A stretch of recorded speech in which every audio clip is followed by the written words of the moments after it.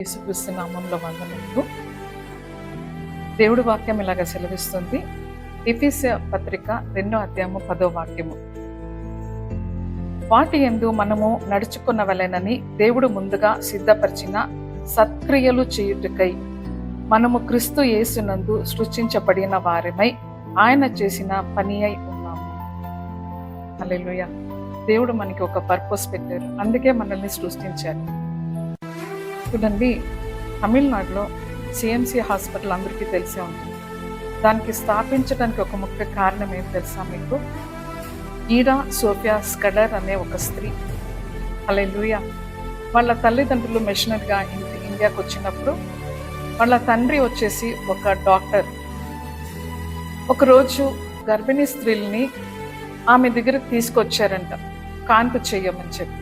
అప్పుడు ఆమె చెప్పిందంట, నేను డాక్టర్ కాదు, నా తండ్రి డాక్టర్ అని చెప్తే వాళ్ళు అలాగే తీసుకెళ్ళిపోయారంట. మేము జెంట్స్ డాక్టర్ దగ్గరికి తీసుకెళ్ళాము అని చెప్పేసి. అప్పుడు చూడండి, ఒక బర్డన్ ఆమెకు వచ్చింది. ఆమె తిరిగి తన దేశంకి వెళ్ళి అక్కడ ఆమె ఎంబీబీఎస్ చదివి తిరిగి ఇండియాకి వచ్చి హల్లెలూయా అనేక పేషెంట్స్కి ఆమె ట్రీట్మెంట్ ఇచ్చిందండి. దాని తర్వాత వేలూరులో ఉండే సిఎంసి హాస్పిటల్ని ఆమె స్థాపించింది. ఇంతవరకు కూడా అనేక లక్షల మంది అక్కడ ట్రీట్మెంట్ తీసుకుంటా ఉన్నారు. హల్లెలూయా. మన జీవితంకి కూడా ఒక పర్పస్ ఉంది. ఆ పర్పస్ ఏమని చెప్పి దేవుడి దగ్గర మనం తెలుసుకొని ఆ పర్పస్ ప్రకారం మన జీవితాన్ని సరిదిద్దుకోవాలి.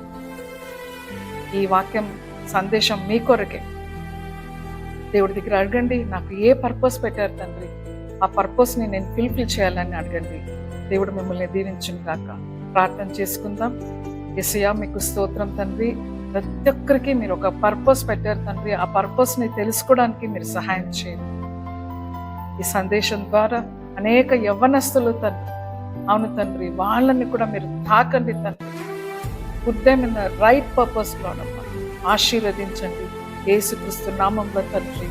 ఆమేన్, ఆమేన్.